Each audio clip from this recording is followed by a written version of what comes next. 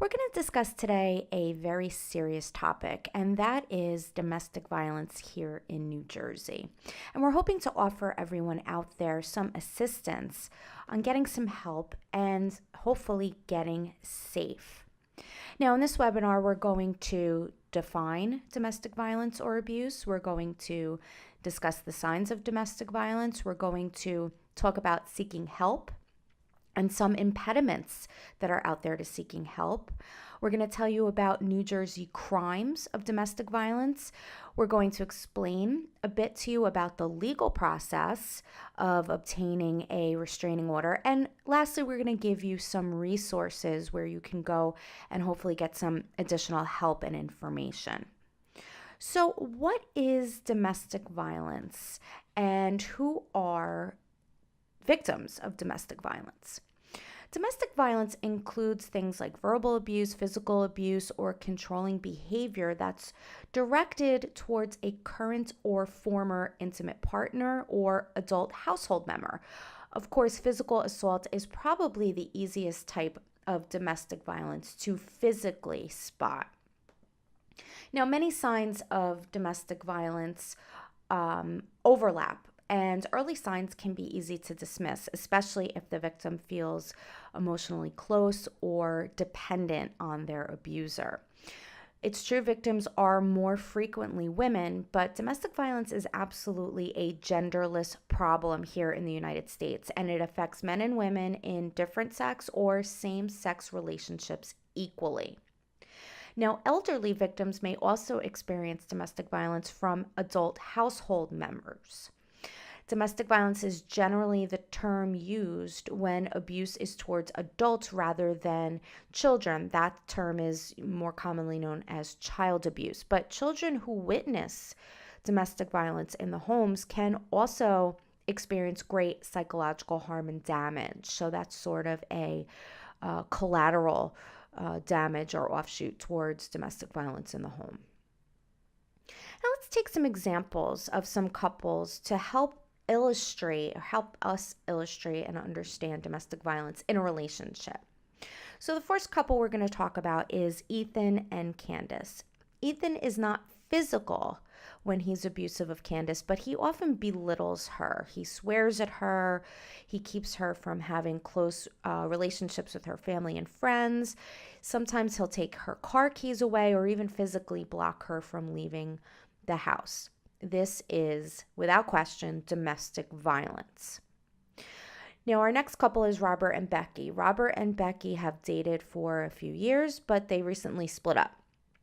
Becky has started calling Robert all hours of the day and night. She leaves him angry messages. She uses vulgarity. She screams at him. She's actually even shown up at his home uninvited and once or twice entered his home through an unlocked door looking for him. His car was recently vandalized, and he is convinced that Becky is responsible for the damage. This also is an example of domestic violence. And lastly, we're going to look at Cassandra and Blake. Their relationship began to change recently when Blake lost his job and he began drinking excessively. Both of them are having trouble controlling themselves, and the pressures of money and alcohol are causing them both to physically lash out. Cassandra has slapped Blake across the face, and he responded by pushing her against a door frame, which resulted in some pretty serious bruising to her shoulder. This is obviously also a situation of domestic violence. Now let's talk a bit about some of the signs of domestic violence. And this is really important, not only if you feel as though you may be in a violent relationship, but perhaps maybe a friend or family member, you're suspicious maybe in a relationship that has domestic violence going on. So if you're afraid of your partner, your former partner, or any other household member, or if you feel that you have low self-esteem or a lack of confidence in yourself because of the relationship, this is a big warning sign or flag. And please know that early domestic abuse behaviors can require the help of a mental health professional. And without this help, the behavior frequently gets worse over time. So don't wait. Even if you're in a relationship now where your abuser is exhibiting what you would consider mild symptoms, if you don't get help for yourself or for your abuser, if your abuser doesn't seek help, that behavior will most likely escalate. Don't wait, seek help now. Now, anger issues are at the root of many forms of domestic violence, and they may appear early and prior to any actual physical violence. So, some flags to watch out for here with regard to anger issues are an unpredictable or volatile temper, a tendency to scream or yell or throw things when upset, or even threats of physical violence. These are definite red flags to watch out for. Controlling or jealous behaviors. These are also common manifestations of domestic violence, and they may also precede physical abuse. Some signs to look out for here are excessive jealousy or possessiveness, limiting a victim's activities outside the home, keeping them from friends or family, and even monitoring or restricting phone or computer usage. In this day and age, monitoring or tracking of electronic devices is becoming more and more frequent. Another red flag, economic or financial abuse. That involves keeping the victim from being able to financially leave the relationship. You should look out for restricting access to finances, taking away MAC cards, ATM cards, removing names from bank accounts, confiscating paychecks, even abusing the credit of a victim or stealing the victim's financial identity. Things to look out for there. Emotional or psychological abuse. This is a very common form of abuse that can escalate and also lead to physical violence. And some examples are criticizing, name calling, cursing, threatening to destroy property, threatening to injure or kill the victim, threatening to harm someone else close to the victim, or even threatening to harm themselves. Sometimes abusers will threaten to kill themselves. Destruction of property, also a common form of abuse or control. They will threaten to destroy the property of the victim. They will use property in a way that's likely to cause harm to the victim. And sometimes they even use dangerous substances such as fire without safety precautions as a threat. So something else to keep a lookout for. Also, child or animal abuse. Now, these behaviors are covered by separate laws, but they are absolutely danger signs of domestic violence. If your abuser is threatening to harm your child or your pet, a red flag for domestic abuse controlling behavior. Also, another form of domestic violence, sexual abuse. If there's any unwanted physical touching, any coercion for physical contact, any threats to force you to perform any sort of sexual acts, also domestic violence. Now we're going to offer you a bit of information on how you can seek help. Of course, if you are in immediate danger, you should call 911. Get help and get out. Leave the premises and go to your nearest police station. You can also call the domestic violence hotline. Here in New Jersey, the number is 1-800-572-7233. Again, that's 1-800-572-HELP. Nationwide, the number that you can call is 1-800-799-7233. Again, that's 1-800-799-HELP, and that's a nationwide toll-free number. Now, some common impediments to seeking help are emotions such as fear, embarrassment, guilt, or sadness that the victim may actually be experiencing, and this may be a barrier for the victim going to get help. There also is a strong belief that especially if there are children involved, that the family should stay together no matter what for the benefit of the children. But as we talked about earlier, this is usually not a good idea, especially if the children are witnessing the abuse in the house. And there's also an extreme fear of retaliation. If you've been living with an abuser for a period of time that threatens you repeatedly, you may have fear that if you go, that your abuser will carry out these threats. So let's go back to our couples that we talked about earlier and talk about some of the impediments that they may face. First, Ethan and Candace, what are some impediments that they may face? Well, Kansas's self-esteem has been severely affected by her situation with Ethan, and this is interfering with her ability to recognize just how bad the situation is. Also, she is financially dependent on Ethan, and she has two young children who are also obviously financially dependent on him. Candace needs to make a plan. She needs to seek out the assistance of a therapist to formulate how she can begin extricating herself from this relationship. And she should also contact a family law attorney to find out how legally she can proceed, not only to combat the violence, but also how she can think about starting to get some financial help from Ethan. Now let's talk about Robert and Becky.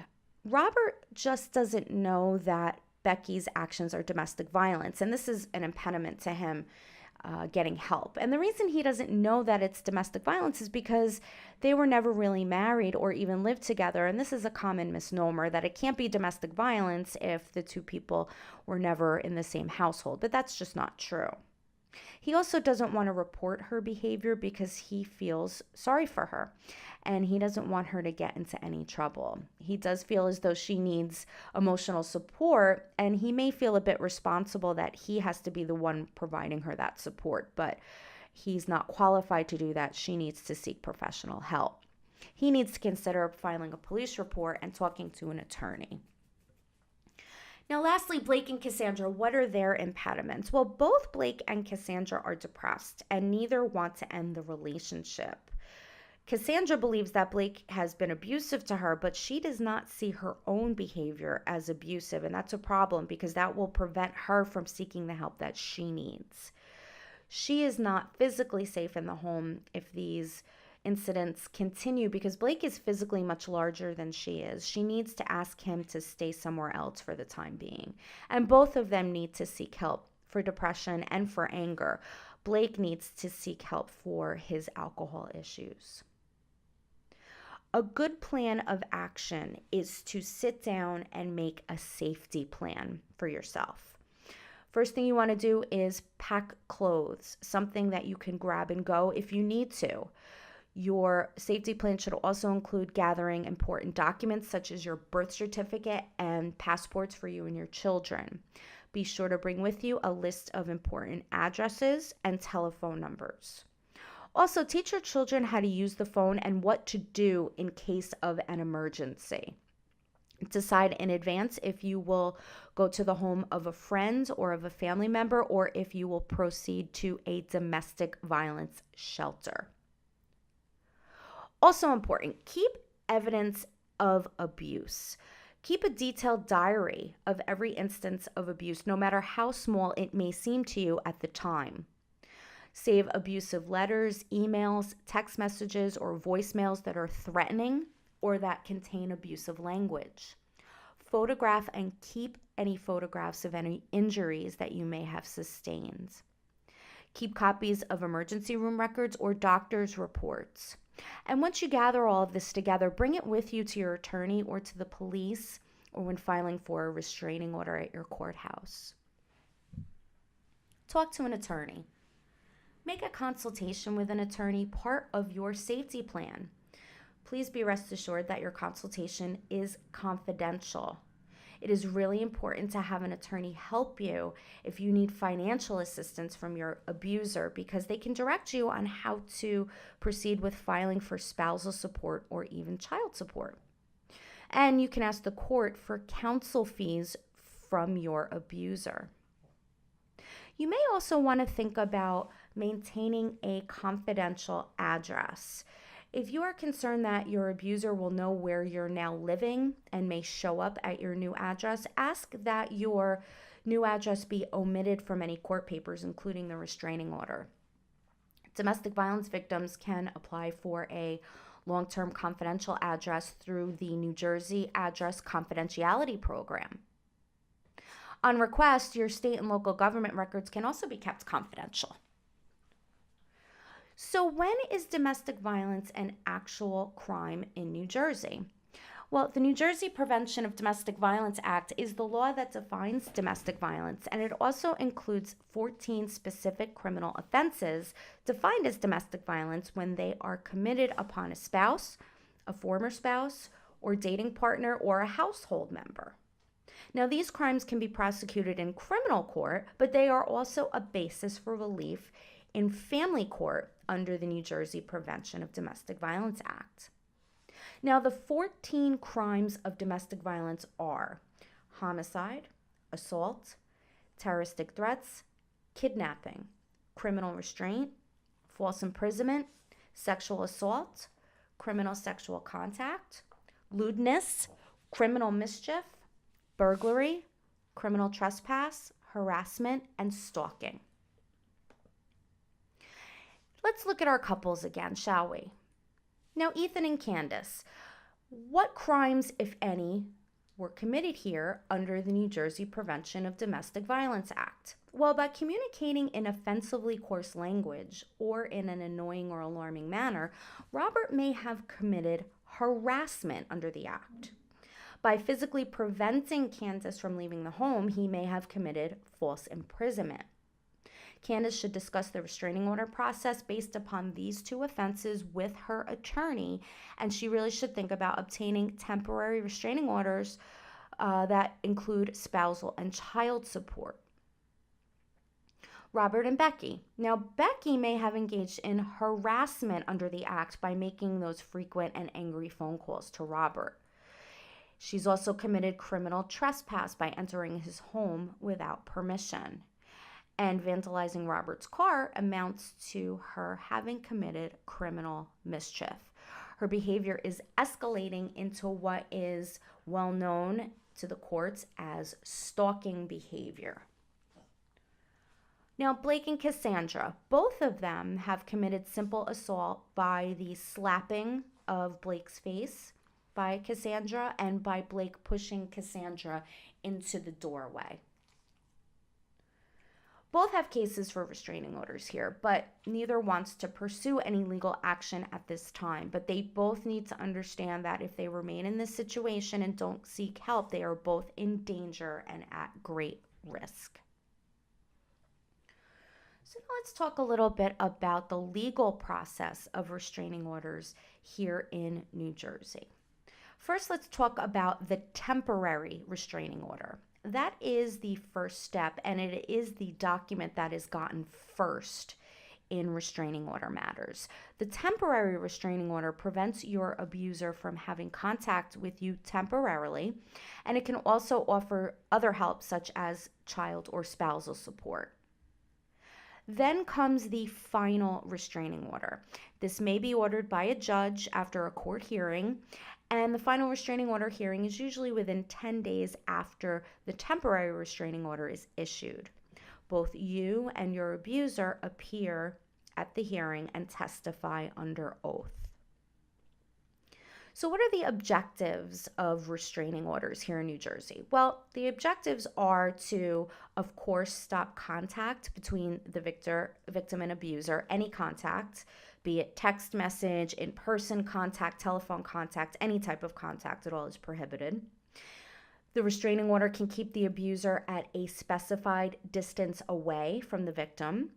The abuser is also kept away from the victim's home, the victim's job, school, or other locations specified in the restraining order.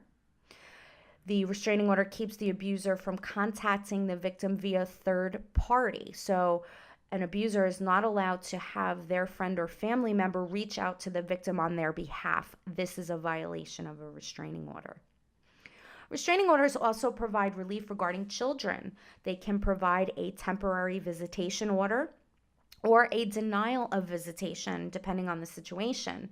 There can also be an order for a risk assessment to determine if there is a need for supervised visitation. And these risk assessments are typically done locally with the assistance of a center that performs such type of assessments, like the probation department or a psychological practice. And restraining orders can also include orders for temporary financial child support. Other financial relief that can be included in restraining orders, in addition to child support, is spousal support, which is a weekly or monthly payment to the spouse victim, payment of mortgage or rent, orders for payment of attorney's fees or medical bills, and even damages for injuries or lost wages because of the abuse. Other relief that can be ordered under the New Jersey Prevention of Domestic Violence Act: the abuser can be ordered to go to batterers intervention programs.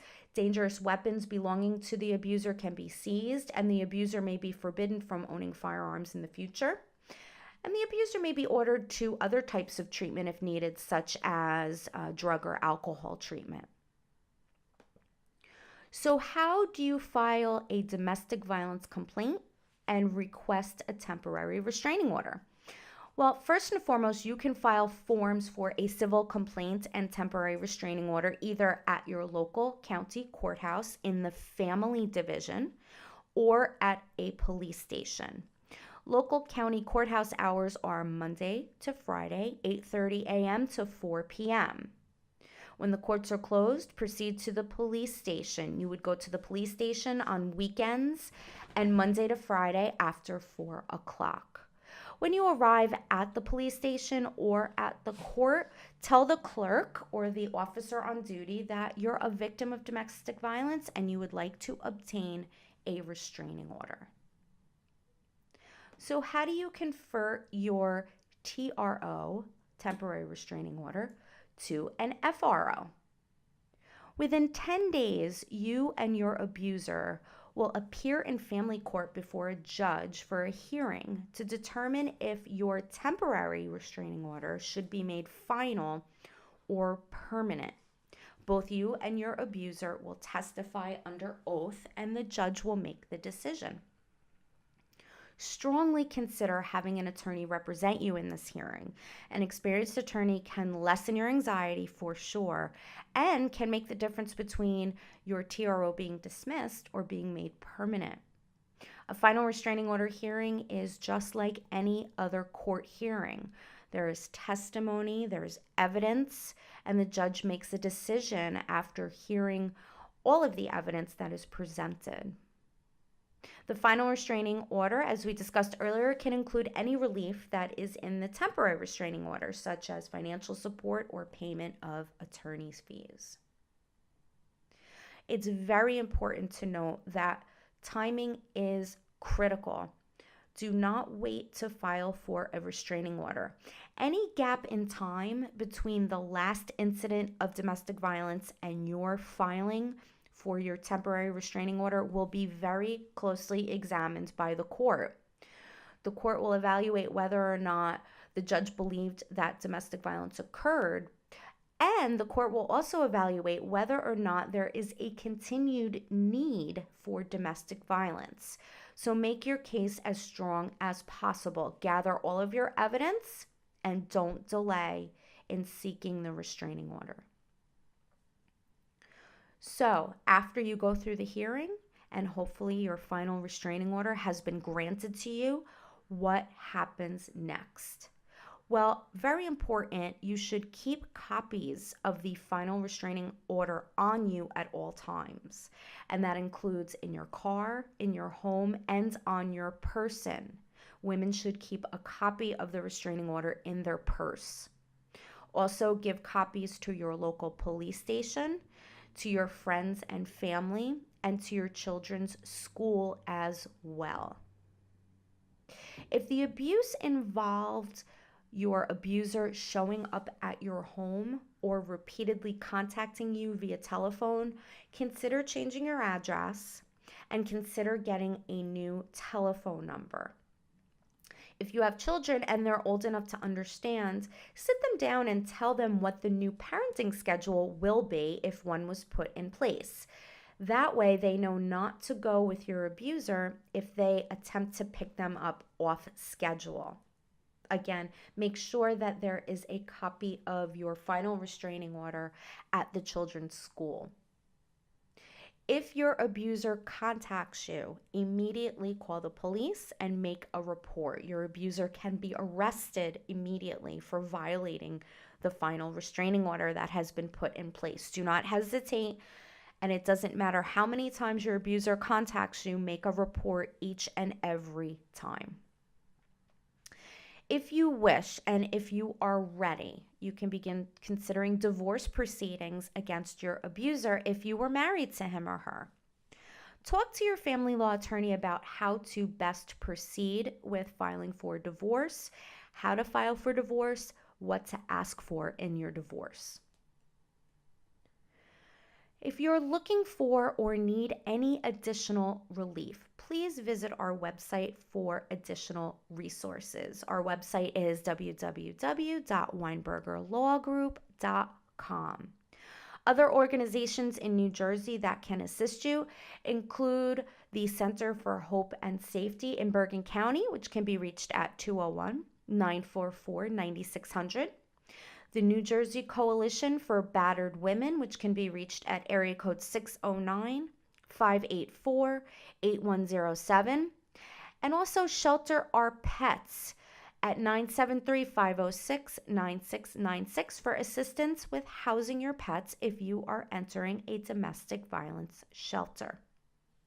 As always, feel free to reach out to us with any further questions or comments at weinbergerlawgroup.com or at 888-888-0919.